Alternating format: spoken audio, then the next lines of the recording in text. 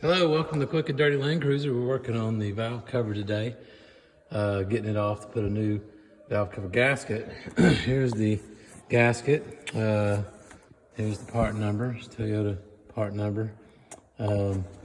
Notice I had some leaking off the back side of my valve cover and coming down the back side of the engine. So we're going to pull that off and get it replaced. So I've already pulled these covers off. These just sit right here. They come off with 10mm bolts. Then you've got a couple hoses that can pull off that you just pretty much just slide off. They do have a clamp. You got to pull this off your intake air filter. This guy here, it's got two 10mm hose clamps. And then you just got 10mm bolts that go all the way around the valve cover. And there's one right up underneath this throttle body. You can see that here. The guy, see if I'm gonna be able to get to that without pulling the throttle body off. May have to pull it off just to get enough clearance to pull the valve cover off. More than likely, but we'll see. Try not to take as much as I try to leave everything together as much as I can. Also should add, I had to pull my spark plug covers off, or spark plug wires out. These just pull right out of these tubes here. Pull out just like that. This is a throttle cable. I did unbolt it from the side of the block there just to give me more room to work. And the way I've done this, what I'm doing is I got all my tools right here in the bag, and then I put a thick foam pad over this air filter, and I'll just sit there, and it's just easier to work on it. My truck's lifted, so it gives me a little more workability there. So let's see if we're gonna have to pull off this throttle body, and then I think that's about it. I don't think I left anything off. I forgot to add that I did have to remove the hose that goes in between here, and it's just two 10mm. I guess you can see it over there. It's just two 10mm clamps that you just unbolt, and it's easier just to pull this guy off to get it off easily. So.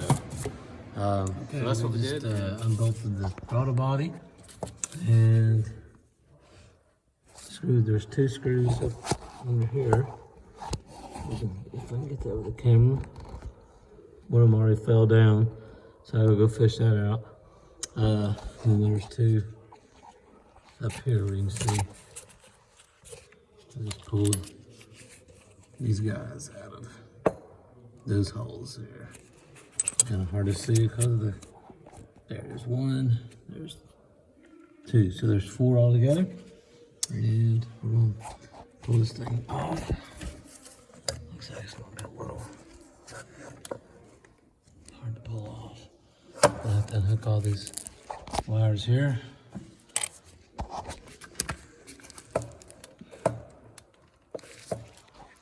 So I'm going to unhook these wires here, these plugs. We'll get those unplugged, and I have to unplug these two guys. Okay, I have pulled the throttle body off. I did unplug the fuel line right here. Sorry, I'm gonna get the camera right. So unplug that. That goes to this guy here. If I can get the camera on it. Where is that guy? There he is. Well, no, there he is, right here. So, little fuel will come out of that, but it's not leaking anything now. And you turn this throttle body over. Turn the throttle body over here. You got a fuel line underneath it, so I just want to unplug that, and then I'll have this thing completely out of my way, which will be nice. And hopefully I can retrieve my bolt somewhere down there. Okay, missed the bolt on the back side here. The hardest ones really are this one all the way back here behind, if you can see here. There's one back in there on the back side. You can get it with a smaller ratchet, and I was able to get to it. And then these, I had to pull the throttle body off, and that's got all my 10 millimeters out of there. Sorry, my finger's in the way of the camera. So this thing now should come off. Now it should come off. Oh, look at that. Easy peasy. Try not to drop stuff in your engine. So I'm gonna pull this thing off. Kind of need two hands. There she is underneath everything. Let me get it off and I'll resume the video. The valve cover off. There it is. There's the new gasket. There's the groove. Check your groove. Make sure there's no junk in it. That could be causing a leak. But you don't want to get junk back in it. So here's the cams, the timing chain.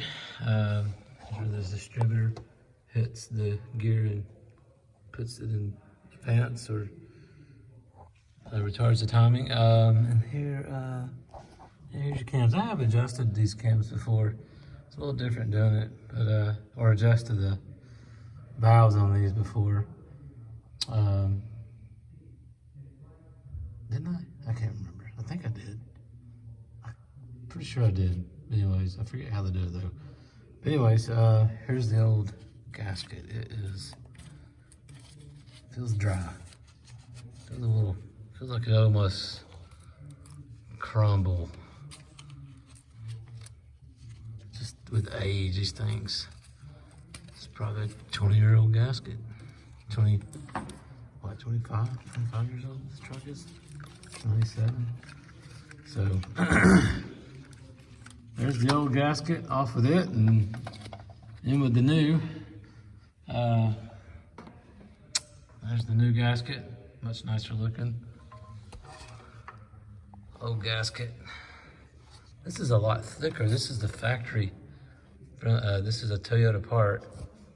This might have been a, it's just not as, it might have been as thick originally, but it's very hard, and it looks like it's even shorter, or this one feels like it's a taller, looks like it's a taller deal, so that should help a whole lot. That was definitely a problem then.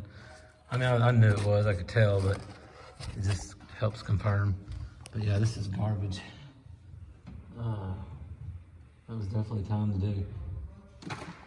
And what I'll do is, so I'll run my gasket in these grooves along the valve cover. I'll stick, some guys say, yeah, throw a little RTV gasket in there just to help it stick in there. Anything to kind of help it stick. And you could even use like dielectric grease or something. It's really good for stuff like that. Also really good on belts. If you got a squeaky belt, don't use belt dressing. Never use belt dressing. And then I got some ultra black here, gasket maker. So I'll probably just run a little bead of that on there, just to make sure I don't pinch the gasket getting the valve cover back on. I might need to clean this surface a little bit where the new gasket's going.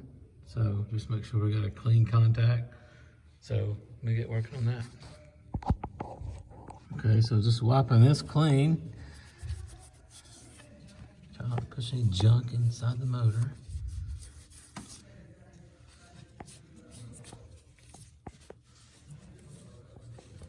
Mine was leaking bad on the back side here. And I just cleaned the undercarriage. I need to do a video on that. So I definitely would like to. I would like to keep this thing from leaking. It seems if you sometimes fix one leak, another one pops up, but it's the power steering hoses. So I'm just going to continue cleaning and wiping this surface off. This is all nasty in here. My tendency is to clean everything around where I'm working. If I've got it apart, I like to clean everything. So I probably will clean this stuff up. So there's it before, and we'll see it before or after I get finished. All right, now I'm just getting some gasket maker. Where's my, I'm trying to get lined up on the camera. I'm just going to throw some of this stuff in a couple places. There's the back where it started leaking. It's probably where you can knock it out and not really know. Let's see here. I'm gonna do this while holding the camera. I'm gonna switch hands. So I wiped out this channel before I started adding this to it. I wiped it out with a rag. I'm not getting my sleeve in that. Sorry about the camera work. So I'm just, really don't need it everywhere. Just, I'm gonna go kind of around, just hit the big spots. Okay, I've got this thing, got a little gasket maker just intermittently down the channel, especially on that back side where it's gonna, you're not gonna really know if you have it on there good or not. If it's pinched, you wouldn't know it.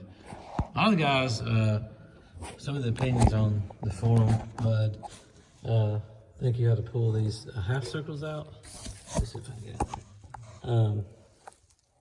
Little half circles on the front of the head and redo those. Then some guys are like, if you're not leaking, don't bother with it. You have a higher tendency to make it leak. Let's see if I can get the back side of it. You can see that half circle there better.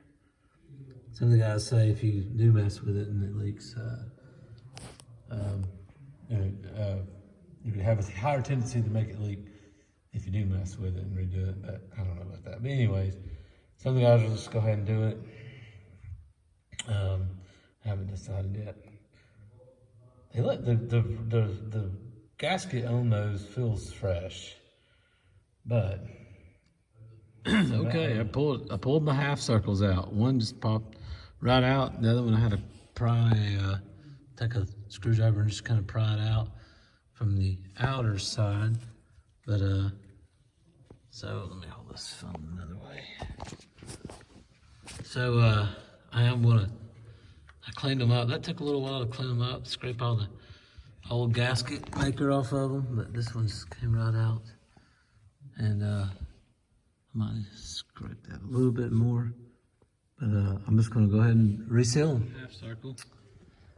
I'm gonna go ahead and stick that in the right way here.